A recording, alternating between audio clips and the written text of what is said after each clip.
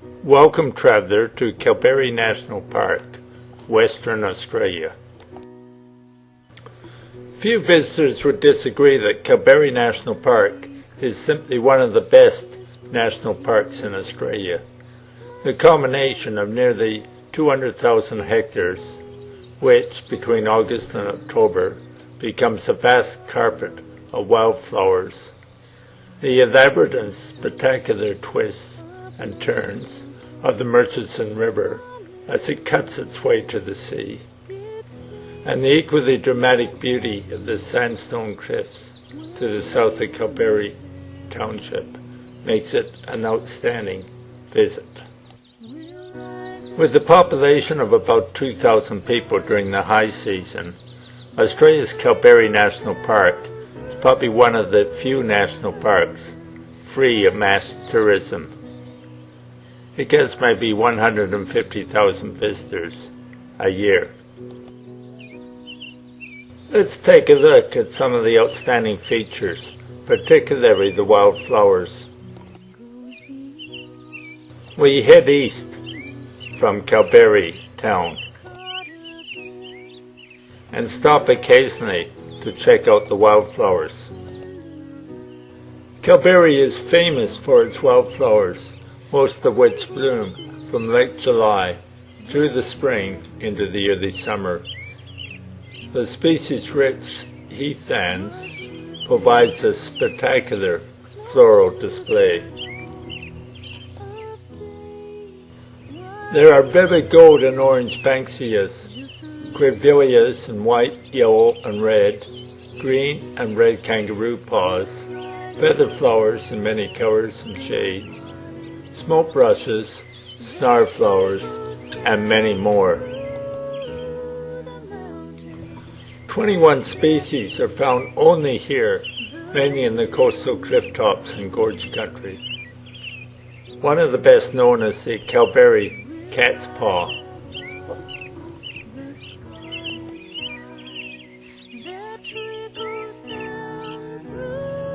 Native banksia.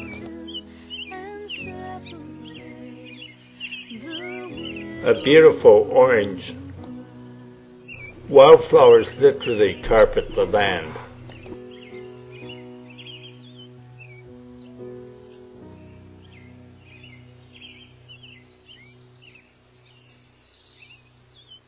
Wattle is a bright yellow.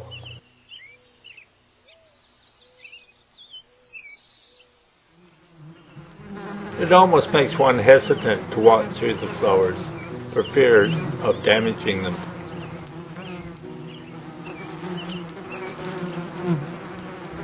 Spotted bangino, a local bug amidst the flowers. There are also several orchids that can only be seen near the park, including Kalbarri Spider Orchard and the Murchison Hammer Orchard.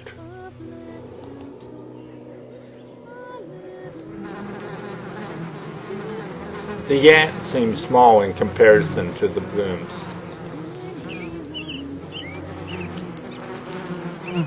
What a lovely subdued pink.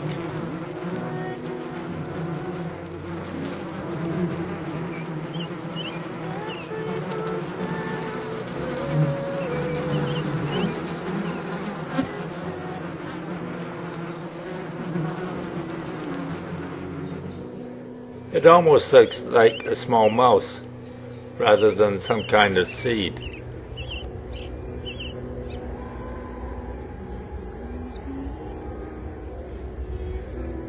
Oh, enough of flowers. I love looking at them, but I don't know much about them. Can't tell one from another. Let's get on with the Kalbarri River Gorges, Hawk's Head and Ross Graham. The gorges can be dangerous.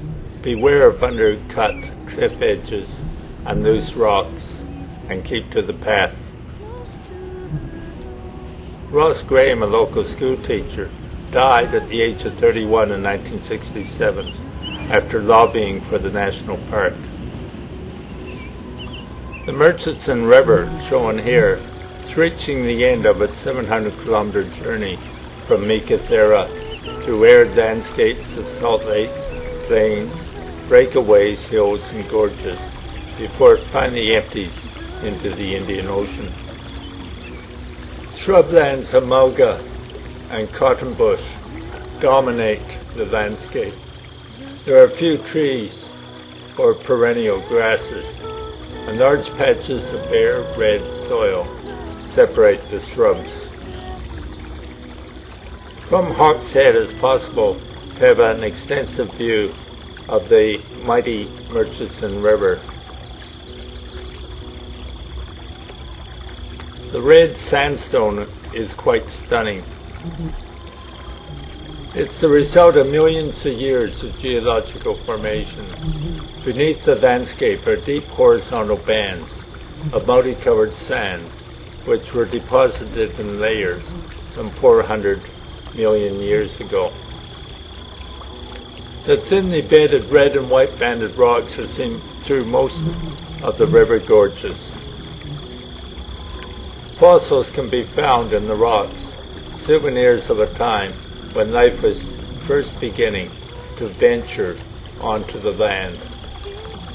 The rivers flowed westward, crisscrossing a broad plain that merged with the tidal flats bordering the coast.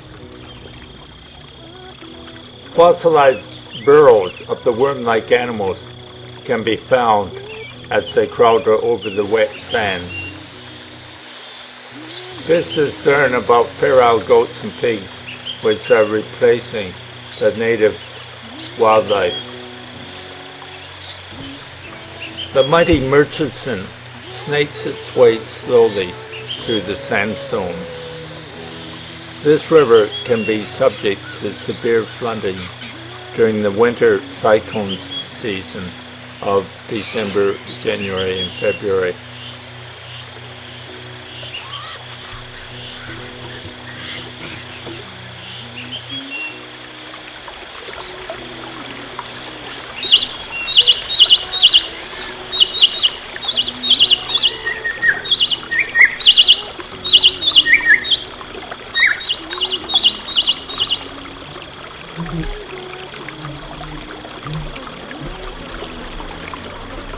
Reflections in the pools of the river.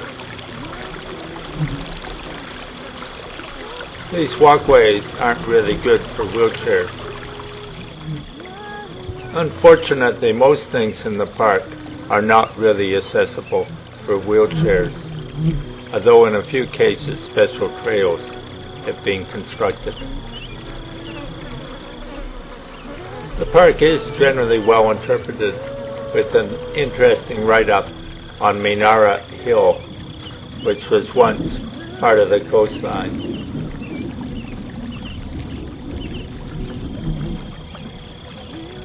My traveling companion, Sean Casey, is into photography. This picture is probably the most sought-out picture taken in Kalbarri National Park. I'd like to thank Deidre Adams, who took many of the photos in this slideshow. Thank you for joining me, dear traveler, on this visit to Kalbarri National Park in Western Australia. I do hope you have a pleasant day.